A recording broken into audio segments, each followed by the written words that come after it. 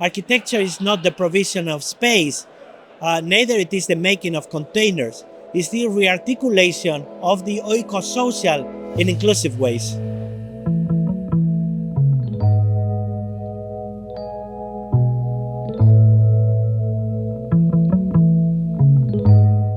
My name is Andrés Jaque. I'm an architect, and I'm the founder of the Office for Political Innovation, which is an architectural practice that is based in Madrid and New York.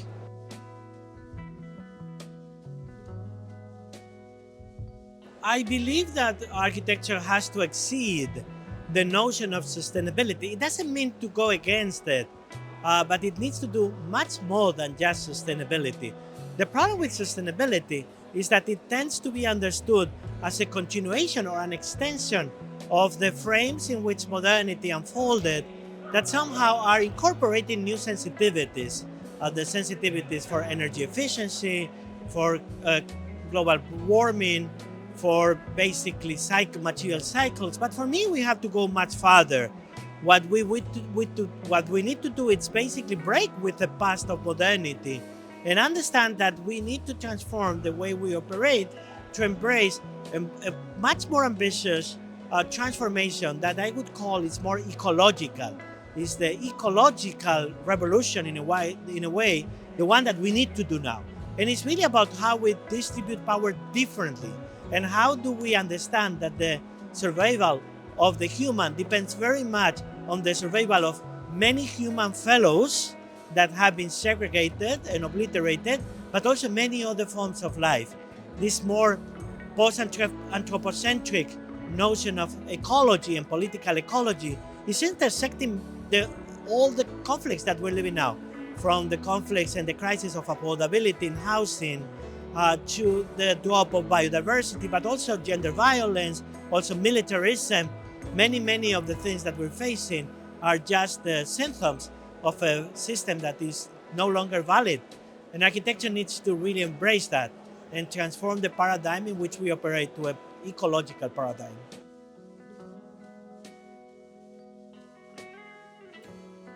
Projects that we have developed, like the Ocean Space in Venice, or the Radio School in Madrid, or the Museum of Memory and Oblivion in Babin Yar in Kiev, are projects that are understanding the role of architecture as political.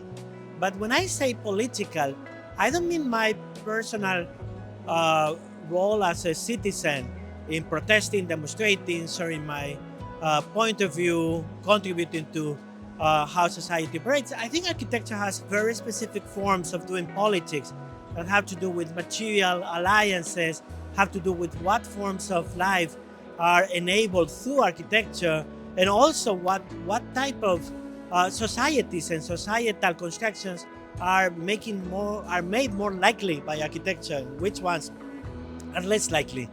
Projects like the Radio School, for instance, is taking the responsibility of addressing the toxicity of a whole ecosystem and developing ways for children during their education at school and their teachers to learn through basically engaging with the conflicts, environmental conflicts that they are part of.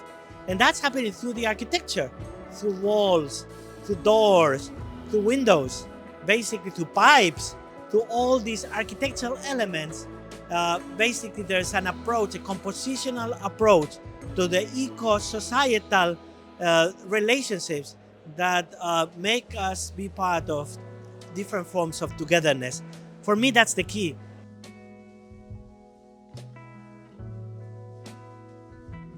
For me, becoming has two meanings. One is about architecture, one is about the world. The one about architecture is that architecture is becoming something very different. I have the feeling that architecture is a little bit of a dissident form of being part of societies and ecosystems. And that has to do with the second part, becoming for the world.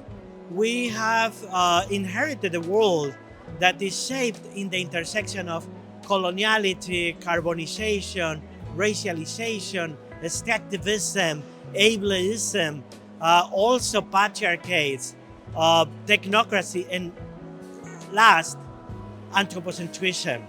But all these systems are intersecting and cracking. They are failing. We see all these different forms of crisis that are manifesting that this is a lasagna that is cracking now.